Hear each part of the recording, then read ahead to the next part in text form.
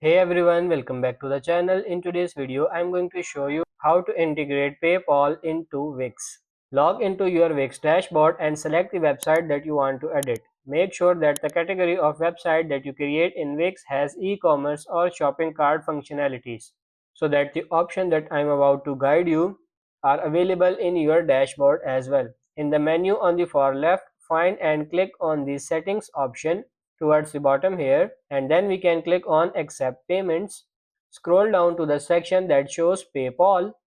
There are other times where even if you have an e-commerce type of website in Wix, you may still not see the PayPal option listed here, and that could be due to type of business that you are running or any other Wix specific reason. If that's the case, reach out to Wix to see if PayPal is available in your website. We can click on connect to the far right.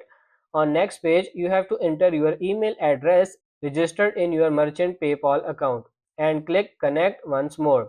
This will open up a new tab and we can click next, then type your password and click login.